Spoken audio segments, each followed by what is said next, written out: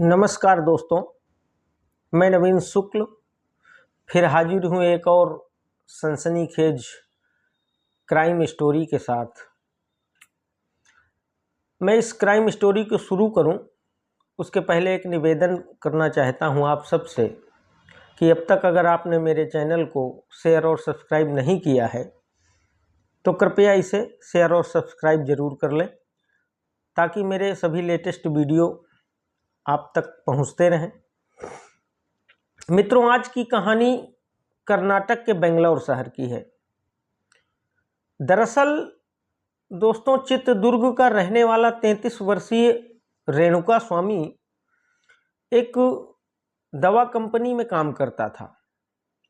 रेणुका स्वामी south के मशहूर actor दर्शन का बहुत बड़ा फैन था।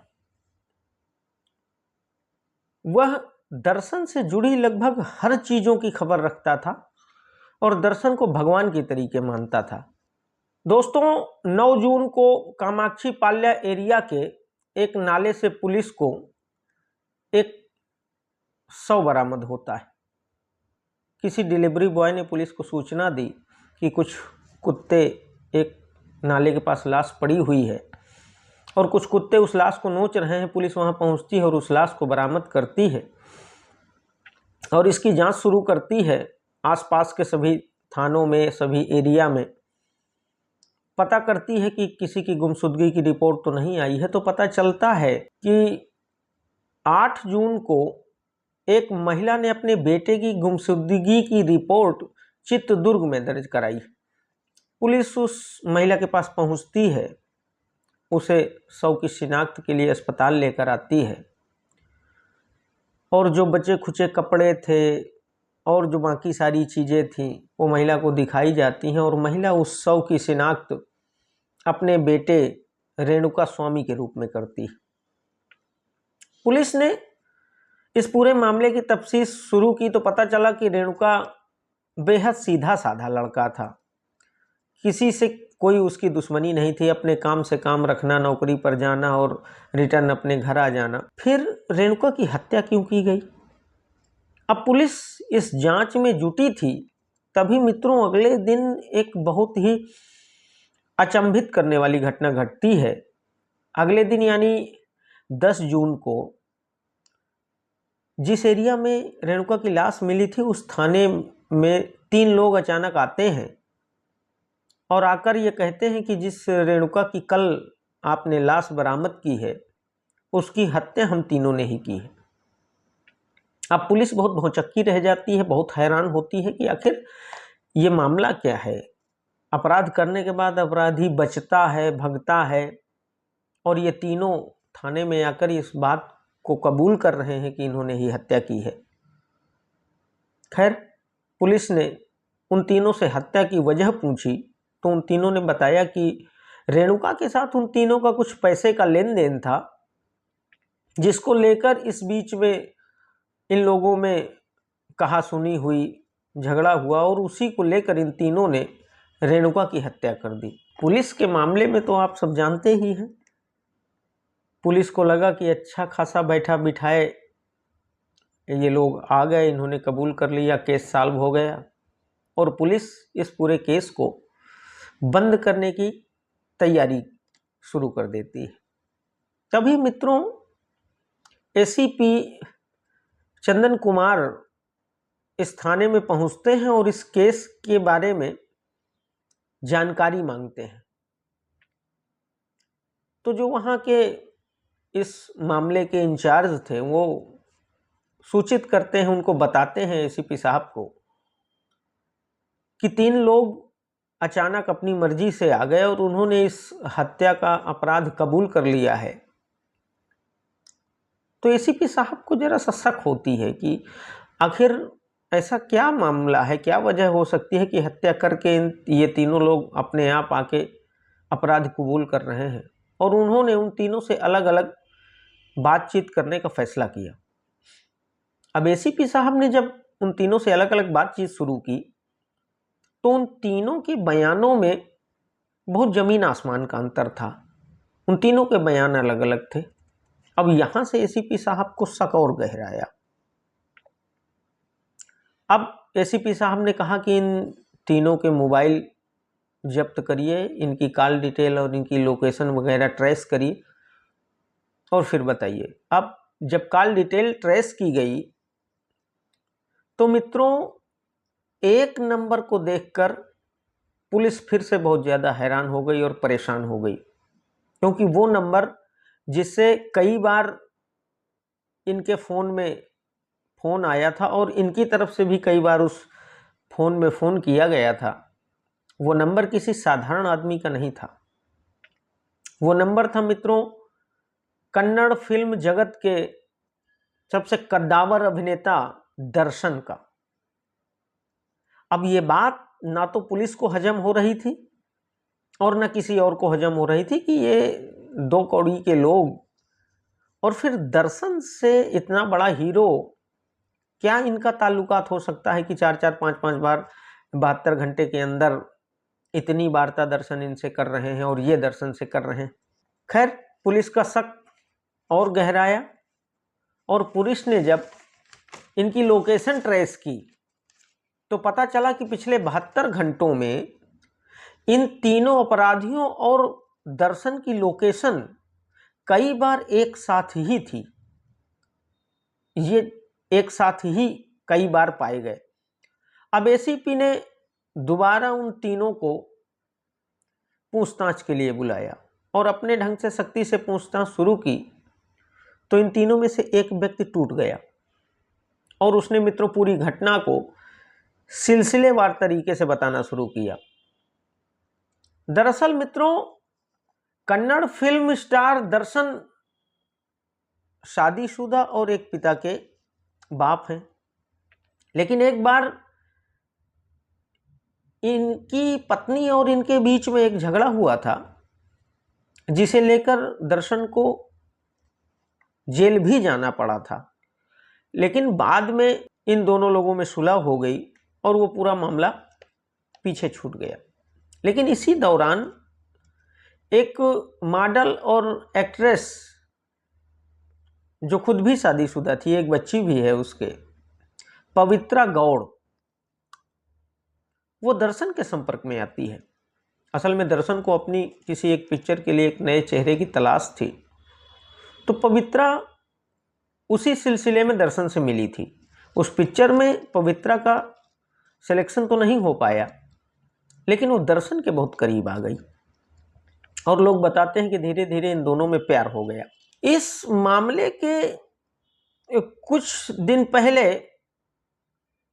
जब ये रेणुका का कत्ल हुआ, इस मामले के 1-2 महीने पहले पवित्रा ने इंस्टाग्राम में एक पोस्ट डाली थी और वो पोस्ट थी दर्शन और पवित्रा के संबंधों के 10 साल पूरे होने के बारे में।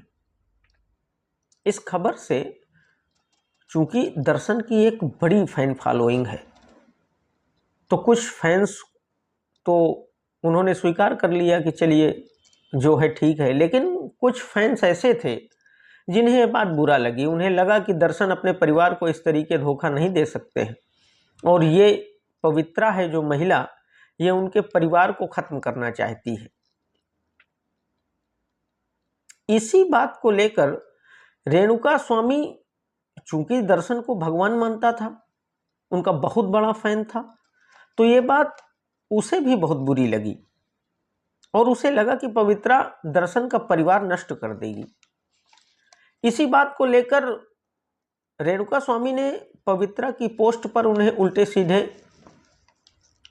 कमेंट करना शुरू कर दिया और मित्रों जून के पहले हफ्ते में भी पवित्रा ने एक पोस्ट डाली अपने और दर्शन से जुड़ी हुई और रेणुका ने उस पर काफी अभद्र टिप्पणियां की और अमर्यादित भाषा का भी इस्तेमाल किया, जिसे देखकर पवित्रा बिल्कुल आग बबूला हो गई और उसने ये सारी बात दर्शन को जाके बताई कि देखो मेरे और आपके संबंध के बारे में लोग इस तरीके की बातें कर रहे हैं और अब बहुत हो गया, हद हो गई, अब इसका कुछ करना पड़ेगा।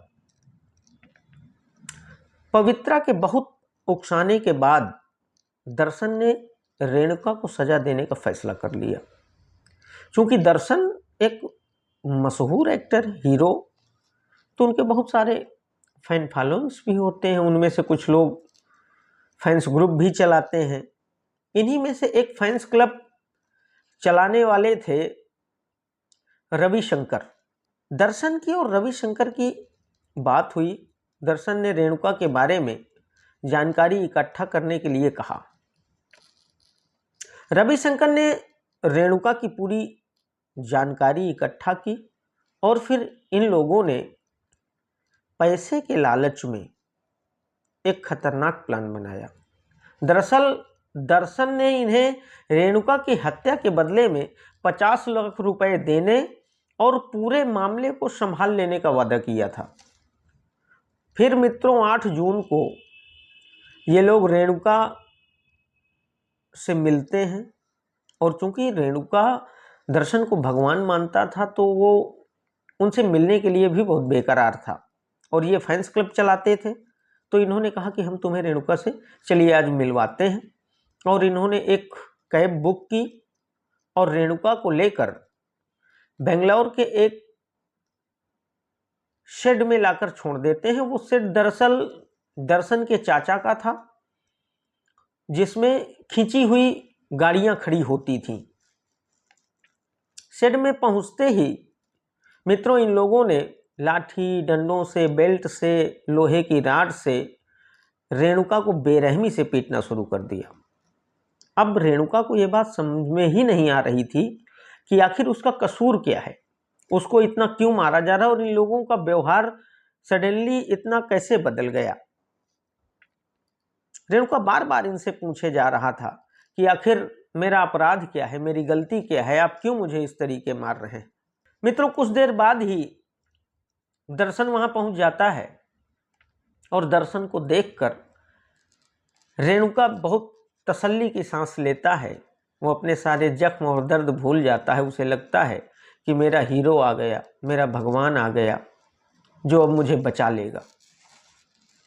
लेकिन चंद मिनटों में ही रेणुका का ये भ्रम चूर चूर हो जाता है। मित्रों अब दर्शन ने वो बेल्ट अपने हाथों में ले ली जिससे वो लोग रेणुका को मार रहे थे और फिर दर्शन ने बेतहाशा रेणुका को उस बेल्ट से मारना शुरू कर दिया, लात घूंसा।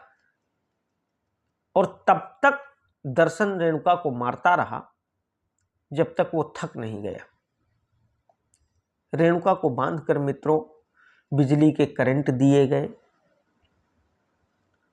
उसके प्राइवेट पार्ट में प्रहार किया गया, लात मारा गया और मित्रों उसके सर को पास में एक खड़े मिनी ट्रक से ले जाकर लड़ा दिया गया, टकरा दिया गया। और शायद यही कारण था रेणुका की मौत का। पुलिस के मुताबिक दर्शन ने प्रदोष को 30 लाख रुपए का भुगतान किया था अपहरण और हत्या के सभी पहलुओं को संभालने के लिए, और निखिल और केशव मूर्ति को हत्या और लाश को ठिकाने लगाने के लिए 5-5 लाख रुपए दिए थे। साथ ही झूठे बयान देने और दर्शन पवित्रा और अन्य लोगों की जगह जेल जाने के लिए राघवेंद्र और कार्तिक के घर वालों को 5-5 लाख रुपए दिए थे। रेणुका स्वामी की पोस्टमार्टम रिपोर्ट में कहा गया है मित्रों कि उसकी मौत सदमे, सिर और पेट पर लगी चोटों से आंतरिक रक्तस्राव के कारण हुई है। उसके शरीर पर दसियों घाव के निशान थे। कहते हैं उसकी जबान काट ली गई थी। बहुत सारी बातें हैं मित्रों। पुलिस ने उस शेड से खून के धब्बे के नमूने, रेणुका के बालों के हिस्से, कैब और एक अज्ञात तरल पदार्थ भी उस शेड से बरामद किया था। और शेड के आसपास के सीसीटीवी फुटेज में जो मौजूद था उसमें प्रदोष का चेहरा साफ साफ दिखाई दे रहा था और दर्शन की गाड़ी भी वहां से देखने के बाद बरामद की गई थी। पुलिस ने दर्शन द्वारा मारने के लिए इस्तेमाल की गई बेल्ट भी मित्रों बरामद कर ली। चूंकि दर्शन एक बहुत बड़ा नाम है तो इसे बचाने के लिए कई राजनीतिक लोगों ने भरपूर कोशिश भी की, लेकिन एसीपी चंदन बेहद ईमानदार व्यक्ति थे और उन्हें कमिश्नर का भी पूरा सहयोग मिल रहा था। इसलिए पुलिस ने काफ़ी तेजी दिखाई और आनन फानन में दर्शन और पवित्रा सहित सभी 17 सहयोगियों को, जो ये 17 सहयोगी रेणुका के मर्डर में इन्वॉल्व थे, उन सबको गिरफ्तार कर जेल भेज दिया। फिलहाल मित्रों, दर्शन जेल में अपने किए की सजा भुगत रहा है। कोर्ट ने दर्शन की जमानत याचिका भी खारिज कर दी है। तो ये थी मित्रों एक कमेंट की वजह से अपने ही सबसे बड़े फैन की हत्या की पूरी कहानी मित्रों पसंद आई हो तो एक बार फिर आपसे अनुरोध करता हूं कि मेरे चैनल को शेयर और सब्सक्राइब जरूर करिएगा। बहुत बहुत धन्यवाद।